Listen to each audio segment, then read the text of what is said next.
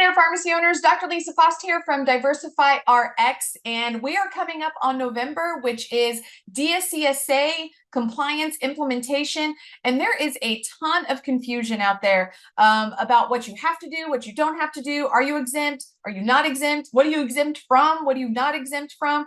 And so I'm going to give you my very layman's opinion and just a suggestion, if you will, on doing DSCSA for your pharmacy. All right. So the FDA again postponed some things, but it's not the entirety of DSCSA. I think that's the biggest myth when I talk to pharmacy owners is they saw the headline of FDA delays DSCSA and they didn't read the full article. So DSCSA is still coming in November. You still have to do things. You still have to be compliant. What I consider to be some of the toughest parts of DSCSA for pharmacy owners, which is like SOPs, you have to have those. Boards of pharmacy already in October, so I'm recording this video in October 2024, have already started to include it on some of their inspections at your state level. So there are things that you have to be compliant with. It is not just pushed off till 2025 or 2026, all right? I just want to dispel that myth right then and there.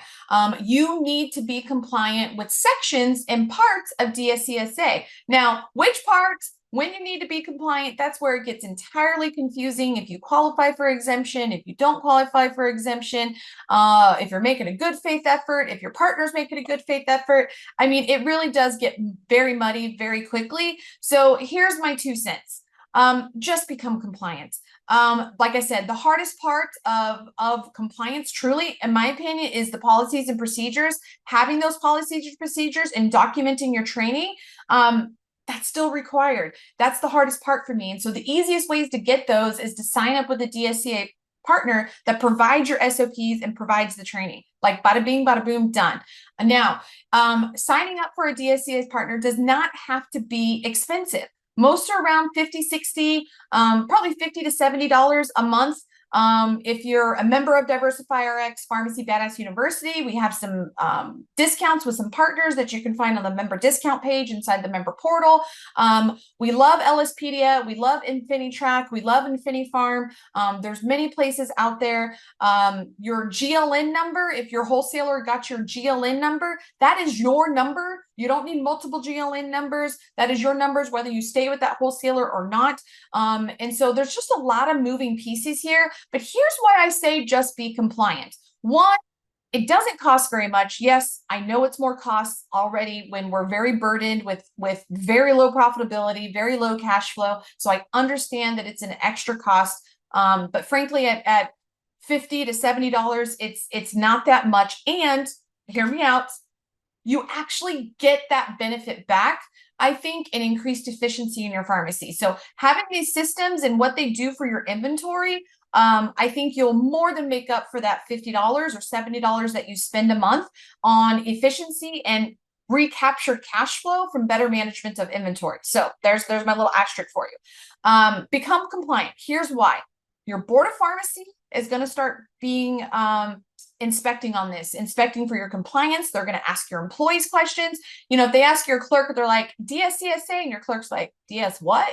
You know, like that is not the right answer. You want your employees to answer to your board inspector. So don't want to piss off your board. Get trained. 2, you need to be compliant with some of these things. And it gets really confusing. Compliant with what?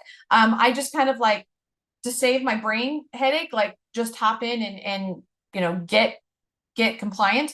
And then 3, like I said, there's a lot of efficiencies. There's a lot of things that happen when you implement the stuff that you have to do for DSCSA. You get better management of your inventory. You can better see like what's coming up expired, what's not expired, what's this, what's that. Like it's actually really quite amazing. So you can recapture those dollars, I think, very easily. You get what we do, get a nice little list of your inventory and then put it up on MatchRx if it's not returnable and, you know, those kinds of things.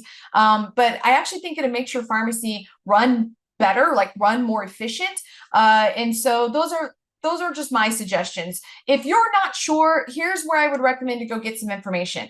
LSPedia, which is LSP and then Edia, almost like like pediatric, like pedia.